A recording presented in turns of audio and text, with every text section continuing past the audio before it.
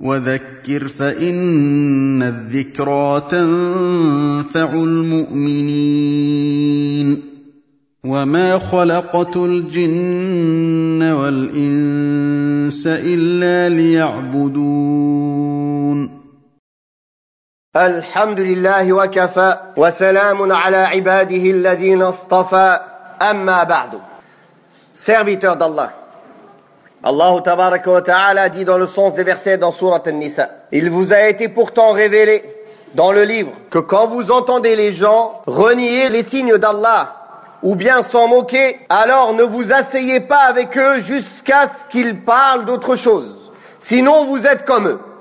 Dans Surat Al-An'am, Allah Ta'ala dit dans le sens des versets: et quand tu vois ceux qui pataugent et qui s'égarent dans nos signes, dans nos versets, alors détourne-toi d'eux jusqu'à ce qu'ils parlent d'une autre discussion.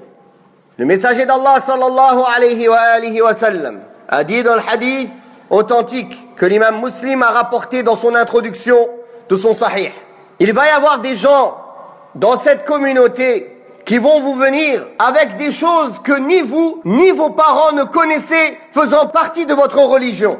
Alors faites attention à eux et gare à eux du châtiment qu'ils vont subir.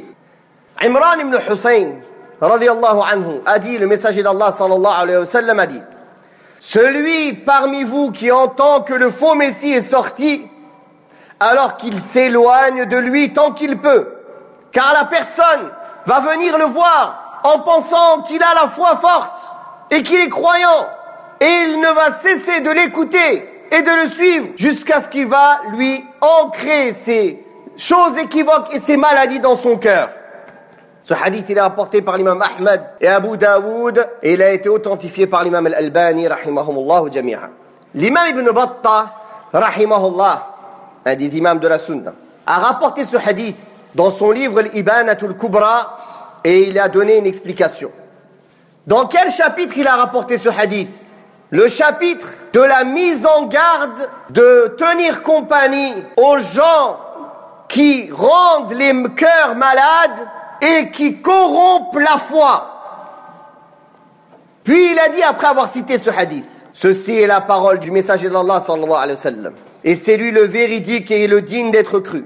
Alors, je vous demande par Allah, ô vous les musulmans, que l'un de vous ne se fasse pas tromper par la bonne opinion qu'il a sur lui-même et sur le fait qu'il sait qu'il est sur un bon chemin, pour mettre sa religion en danger en s'asseyant avec les gens des passions. Alors il dit, Ibn Battah, il parle de cette personne qui s'assoit avec les gens des passions: je vais entrer le voir pour polémiquer avec lui, pour enlever sa mauvaise croyance, pour le convaincre. Puis il reprend, rahimahullah: leur tentation est plus dangereuse que le Dajjal, et leurs paroles se collent au cœur, et leur tentation est encore plus brûlante que le feu. Puis il finit: j'ai vu un groupe de gens qui maudissaient les gens de l'innovation et les gens des passions, qu'ils les insultaient. Puis ils se sont assis avec eux pour les réprouver ou pour leur répondre. Et en s'asseyant avec eux, ils n'ont cessé de prendre leurs aises. Et les gens des passions ont pris leurs aises et ont donné des belles paroles jusqu'à ce qu'ils les aient attirés à eux, jusqu'à ce qu'ils soient tombés avec eux dans leurs égarements et dans l'innovation. Une personne est venue voir Anas ibn Malik, radiyallahu anhu, le compagnon du messager d'Allah sallallahu alayhi wa sallam, qui a été à son service 10 ans. Il lui a dit: oh Aba Hamza, j'ai rencontré des gens qui démentent dans l'intercession et dans le châtiment de la tombe. Alors, qu'est-ce qu'il lui a dit, Anas ibn Malik? Voilà les menteurs, ne t'assois pas avec eux. Abdullah ibn Abbas radiyallahu anhuma a dit: ne t'assois jamais avec les gens des passions, car s'asseoir avec eux rend malade les cœurs.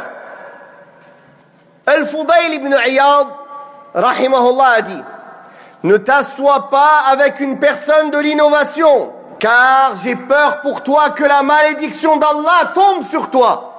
Il a dit ça à partir d'où? À partir du verset que l'on a lu au début de la khutbah. Car Allah Ta'ala dit: car si vous faites cela, vous êtes comme eux. Écoutez celle-ci, de l'Awza'i, l'imam al-Awza'i rahimahullah. Un homme lui a dit, moi, je m'assois avec tout le monde. Je ne fais pas de différence. Je m'assois avec les gens de la sunna, je m'assois avec les gens de la bid'a. Ou alors, quelqu'un a rapporté ça à l'imam al-Awza'i. Je connais un homme qui dit cela. Je m'assois avec les gens de la bid'a, de la sunna, et je m'assois avec les gens de la bid'a. Moi, je m'assois avec tout le monde. Alors, l'imam al-Awza'i, qu'est-ce qu'il a dit? Il a dit, voilà une personne qui veut rendre égale la vérité et le mensonge. La guidée et l'égarement. Serviteur d'Allah. Comme nous avons vu, et ici c'est un résumé, il y a des livres entiers écrits sur ce sujet, qui sont basés sur des versets du Coran, des hadiths du prophète sallallahu alayhi wa sallam, et la compréhension des sahaba, leurs paroles et la pratique des tabi'in et des grands imams de l'islam, qui mettaient en garde contre le fait de s'asseoir, d'écouter, de donner de l'importance ou de défendre quelqu'un de l'égarement. Et ceci va du mécréant qui met des doutes sur l'islam jusqu'au musulman innovateur qui met des doutes sur la sunna ou bien sur la bonne voie ou le bon chemin à suivre. Ils sont tous dans le même groupe. Tout cela, Allah nous a interdit de s'allier avec eux, de les aider, de les défendre, de s'asseoir avec eux, de les écouter, de leur donner de la valeur. Et même l'imam Sabouni a dit, et les gens de la sunna adorent Allah en les détestant, et ils ne leur prêtent jamais oreille, car s'ils leur prêtent l'oreille, ils ont peur que leur cœur soit touché par leur tentation. Ceci, les imams de la sunna, l'imam Ibn Sirin, Mohammed Ibn Sirin, le tabi'i, le jalil, une personne de l'innovation est venue lui voir et lui dire, je vais te réciter un hadith. Il a dit non. Il a dit un verset du Coran. Il a dit non, j'écoute pas un verset de toi. Un verset du Coran, je l'écoute pas de toi. Quand ils sont sortis, un de ses compagnons lui a dit, le Coran, pourquoi tu n'écoutes pas le Coran de lui? Il a dit, j'ai peur qu'à un moment ou à un autre, il mette une parole ou une chose où il dévie, et cette chose, elle rentre dans mon cœur et je m'égare. Mon cœur n'est pas dans mes mains. Quand ils entendaient les gens de l'innovation même réciter le Coran, ils se bouchaient les oreilles et ils partaient. Alors, je veux interpeller mes frères et mes sœurs ici, en France, dans ce pays non musulman, où il y a, que ce soit à la télévision, ou sur Internet, ou dans les sites Internet, ou sur Twitter, ou Facebook, dans tous les moyens de communication, ou sur YouTube, des gens qui mettent des doutes sur l'islam et qui ramènent des arguments contre l'islam. Ou bien des musulmans innovateurs qui viennent émettre des doutes sur la sunna et attaquer les gens de la sunna, les gens qui s'attachent à la sunna du prophète sallallahu alayhi wa sallam, les gens du hadith. Et ils les appellent par tous les noms. Comme on va le voir, ce n'est pas nouveau. À l'époque, l'imam Shafi'i et les grands savants, les innovateurs, ils disaient « Ah, ça, c'est les savants qui... leur science, elle ne sort pas du pantalon des femmes. » C'est-à-dire, ils ne parlent que de menstrues, etc. Et aujourd'hui, à cette époque, il y a des gens qui étaient en France, ils ont dit la même parole. Plusieurs fois sur les savants de la sunna. Les gens de la bid'a ne font que répéter les mêmes arguments, l'un après l'autre. L'imam Sabouni va rapporter, comme on va le traduire, Inch'Allah, que les gens de l'innovation appellent les gens de la sunna les littéralistes, ceux qui prennent les textes dans leur apparence. Déjà à l'époque, ils appelaient les gens de la sunna de cette manière. C'est pas nouveau. Alors quel est le comportement que l'on doit adopter?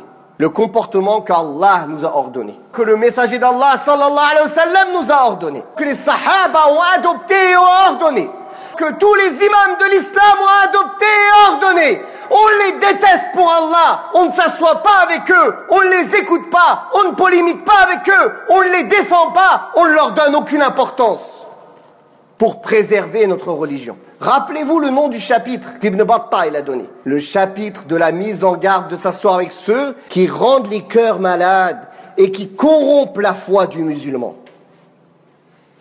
Alors je vois aujourd'hui, et ça c'est une maladie peut-être de cette époque, ou je ne sais pas si c'est propre à la France, je ne pense pas, beaucoup de gens qui ont une confiance exagérée sur leur propre personne. Ah, moi je connais, moi je différencie, moi je peux écouter tout le monde, moi je peux m'asseoir chez tout le monde, moi je choisis. Les savants, ils ne le faisaient pas. Les savants, alors qu'ils reconnaissent entre le faux et le vrai, entre la guidée et l'égarement. Et les ignorants connaissent, on veut le faire. On veut écouter tout le monde. Après, on se demande pourquoi on est égaré, pourquoi on est malade. Alors qu'on achète l'enfer de nos propres mains. Il y a des signes apparents des gens de l'innovation et des signes apparents des gens de la sunna. Parmi les signes apparents des gens de l'innovation, comme a dit Abu Hatim al-Razi, c'est qu'ils critiquent les gens qui suivent la sunna du prophète sallallahu alayhi wa sallam. Aussi, ils détestent les gens qui donnent de l'importance aux hadiths du prophète sallallahu alayhi wa sallam, dans leur étude, dans l'apprentissage et dans l'explication et la pratique. De même que parfois ils peuvent demander l'aide à des gouverneurs injustes ou mécréants même, en leur embellissant les choses pour rendre la vie difficile aux gens de la sunna.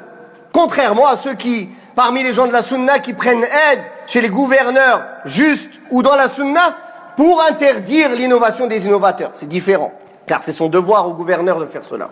De même qu'on voit les gens de la bid'ah, de l'innovation et des passions faire beaucoup d'efforts dans l'adoration. Montrer qu'ils sont ascètes, loin de ce bas monde, désintéressés, alors qu'en réalité, Shaitan ne vient que leur embellir leurs actes.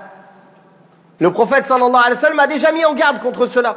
Il y a des gens qui ont la foi faible qui peuvent être touchés par eux. Ils voient en eux un certain ascétisme, la lecture du Coran, ou la prière la nuit, ou le jeûne. Mais le prophète sallallahu alayhi wa sallam, quand il a parlé des khawarij, des gens de la bid'a, les chiens de l'enfer, qu'est-ce qu'il a dit d'eux? Il a dit aux compagnons du prophète sallallahu alayhi wa sallam, vous allez mépriser votre prière, votre salat par rapport à leur salat. Les sahaba, comment était leur salat? Ils vont mépriser leur salat par rapport au salat des khawarij. Et votre jeûne par rapport à leur jeûne. Ils lisent le Coran, mais ils ne dépassent pas leur clavicule ou bien leur gosier. C'est-à-dire, ça reste dans la bouche, ça ne touche pas les poitrines, les cœurs. Ils ne comprennent pas.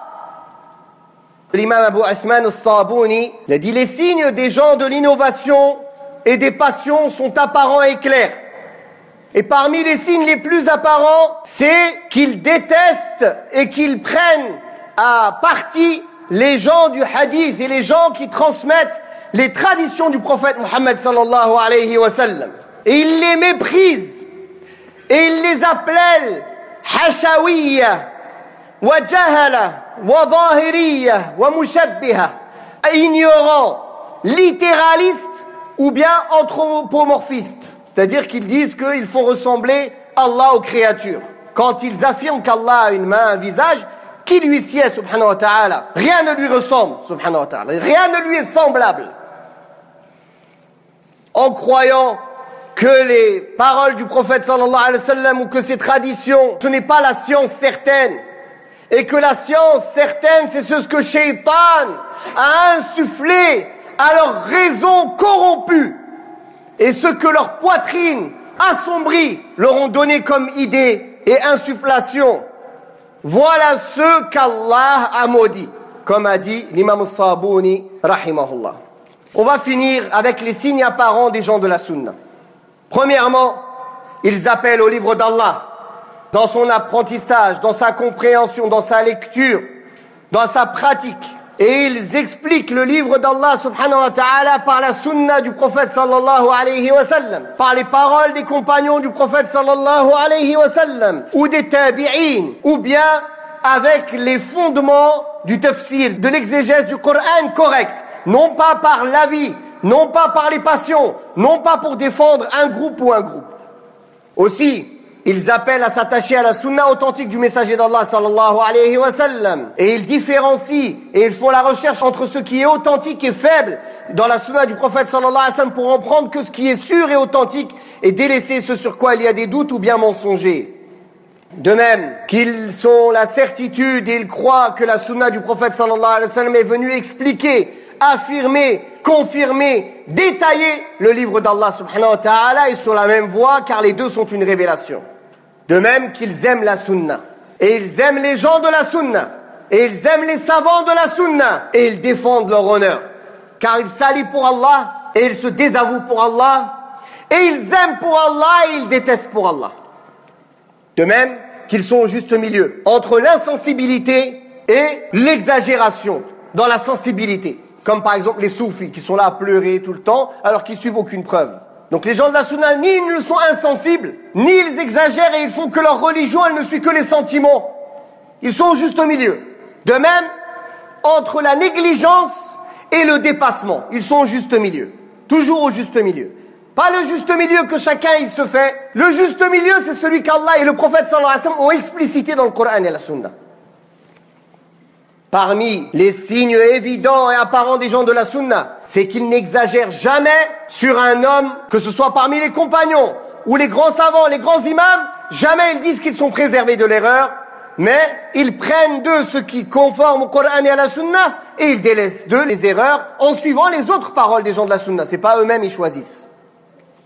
De même que parmi leurs signes apparents, c'est qu'ils détestent et ils se désavouent des gens de la bid'a, des gens de l'innovation et des passions.